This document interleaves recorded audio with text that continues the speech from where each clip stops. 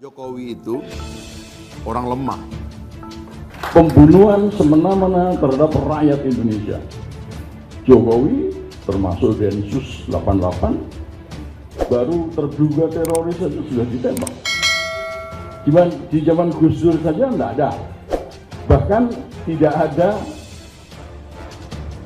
orang masuk penjara, ya pemuda dan mahasiswa aktivis masuk penjara dengan tuduhan misalnya menghina presiden, nggak ada. Itu hanya di zaman Gus Dur. Bayangkan kalau rakyat nggak boleh bicara, mulutnya diplester, itu malah berbahaya. Sekaligus dalam hal ini kepada Pak Luhut Panjaitan, sahabat saya juga, mungkin harus mengurangi pemerintah ini mengeluarkan statement yang nadanya ancaman. Ya. Tidak baiklah.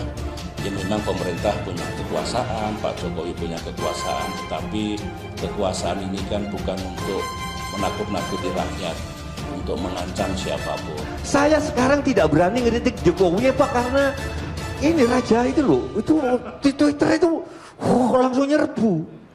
Dulu Pak Karni, saya bukan mau menggugulkan Pak SBY, di zaman Pak SBY saya berani mengatakan gini, nge-tweet. Mari saudara, ketika Pak SBY pidato di TV, mari saudara-saudara kita indahkan perintah Pak Jokowi untuk menghemat energi, perintah Pak SBY untuk menghemat energi, maka ketika Pak SBY pidato matikan TV. Aku berani gitu. Aku juga berani ngomong kita sudah banyak salah tafsir. Salah tafsir yang berikutnya apa? Di zaman Pak SBY ini, salah tafsir berikutnya kita salah tafsir Pak SBY kita anggap sebagai presiden. Aku sekarang kok nggak berani Pak Karni. Apa karena saya makin tua, pertanyaan satu, atau karena ini loh, cebong-cebong ini loh, gitu loh. Wah kan guru tuh. Jokowi waktu susun kabinet kan bukan sekedar lihat mana profesional mana partai, dia juga mesti konsultasi diam-diam dengan yang disebut oligarki di belakang layar. Tanyaan terakhir adalah apakah kabinet itu membatalkan demokrasi atau memperkuat demokrasi? Saya mau katakan membatalkan demokrasi karena akhirnya nggak ada oposisi. Keadaan ekonomi sekarang lebih buruk dibanding dengan tahun sebelumnya, dan itu berdampak pada penilaian masyarakat bahwa kemampuan pemerintahan Jokowi selama setahun terakhir dalam mengatasi persoalan-persoalan ekonomi itu lebih banyak negatif daripada yang positif. Buat kekuatan SBY ya, alasannya karena kan ya memang banyak memang pembangunan memang kurang, tapi kan kalau masalah pendidikan atau kartu sehat itu sebelumnya lebih merata dari SBY, saya merasakannya. Daun SBY kan PNS itu kan banyak. Ada PNS, oke. Daun Jokowi ini kan lebih sedikit.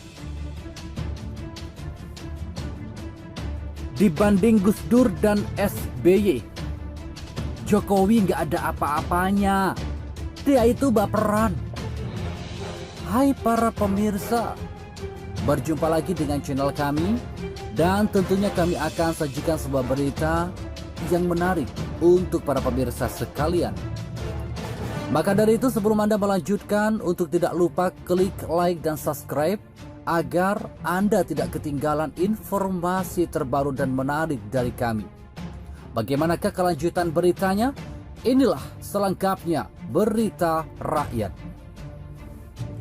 Sindir Jokowi, Rizal, penghinaan gak ada apa-apanya dibanding era Gus Dur. Gelora.com.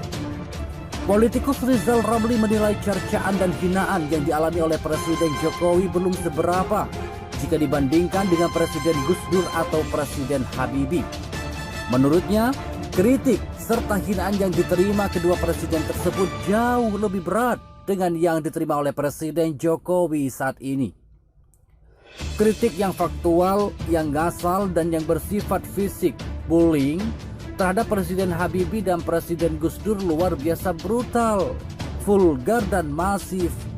Tidak ada apa-apanya dibandingkan dengan era Jokowi, kata Rizal via Twitternya @ramlirizal.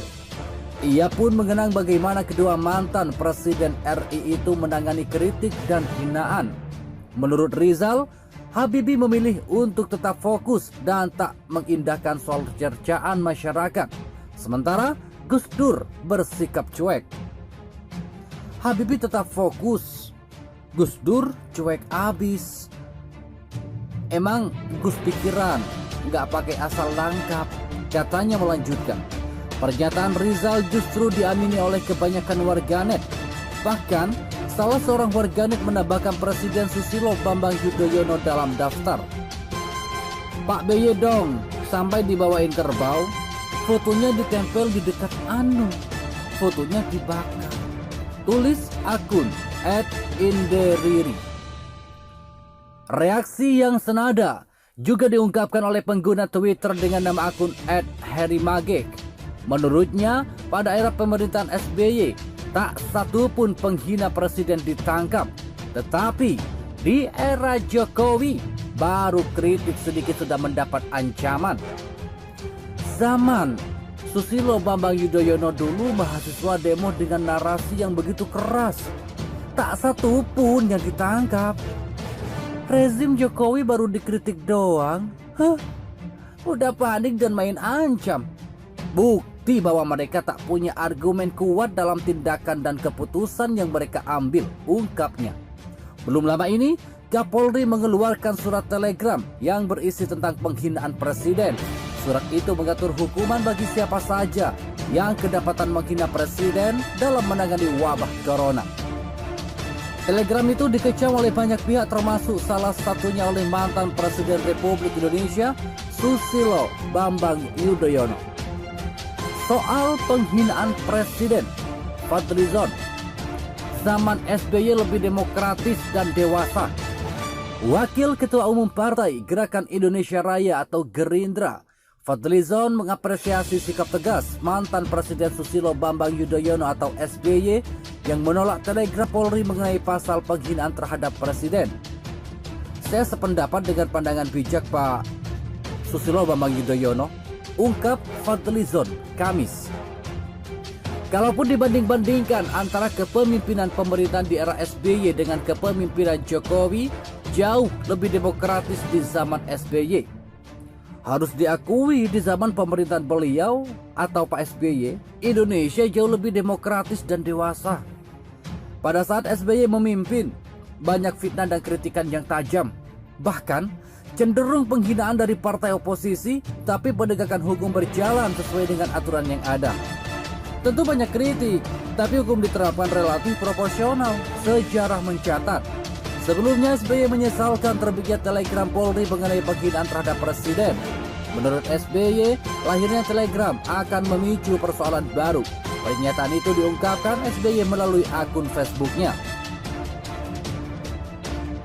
Saya perhatikan beberapa hari terakhir ini justru ada situasi yang tak sepatutnya terjadi. Apa itu? Kembali terjadi ketegangan antara elemen masyarakat dengan para pejabat pemerintah, bahkan disertai dengan ancaman untuk mempolisikan warga kita yang salah bicara, khususnya yang dianggap melakukan penghinaan kepada presiden dan para pejabat negara. Ujar SBY dalam tulisan artikelnya yang diunggah ke akun Facebooknya Rabu 8 April siang. Partai Keadilan Sejahtera atau PKS menyambut baik saran Presiden ke-6 Republik Indonesia Susilo Bambang Yudhoyono tentang Perpu 1/2020 tentang keuangan negara dan sistem stabilitas keuangan negara. SBY mengingatkan bagaimana penggunaan APBN perubahan justru akan lebih cepat dan efisien ketimbang harus mengeluarkan Perpu. Setuju dengan Pak SBY, semua peraturan pemerintah harus tunduk dengan ketentuan yang ada dalam konstitusi kita, kata Ketua DPP PKS Mardani Alisera kepada kantor berita politik Ermol, Kamis 9 April. Menurut Mardani, pemerintah sediakannya terbuka dengan saran dari SBY yang notabene-nya pernah 2 periode menjadi kepala negara. Terlebih pada zaman SBY pernah terjadi wabah flu burung, tak ubahnya sekarang Indonesia terserang virus corona atau COVID-19. Namun, tetap mengindahkan aturan dan konstitusi dalam beberapa kebijakan yang dikeluarkan. Pak SBY sebagai mantan presiden selama 10 tahun tentu tahu mana koridor yang dibolehkan dan sesuai dengan konstitusi. Pembahasan Perpu 1/2020 memang kontroversi, pungkasnya. Diketahui, SBY melalui tulisannya sempat menyinggung masalah Perpu 1/2020 yang dikeluarkan pemerintah. Menurut SBY, pemerintah tidak perlu mengeluarkan Perpu yang justru memperlambat proses penanganan wabah virus corona di tanah air. Sebab, ketika Perpu dikeluarkan mesti harus meminta persetujuan DPR RI hingga rawan penyalahgunaan wewenang. Aturan itu cukup dengan peraturan presiden dan tidak harus dengan undang-undang. Menurut hikmat saya, undang-undang tidak boleh bertentangan dengan konstitusi atau menggugurkan aturan konstitusi, kecuali kalau ada sistem dan aturan baru dalam ketenagakerjaan dan ketatanegaraan kita yang saya tidak mengikutinya. I'm no longer in the loop, kata SBY dalam tulisannya. Terima kasih telah kunjungi channel ini.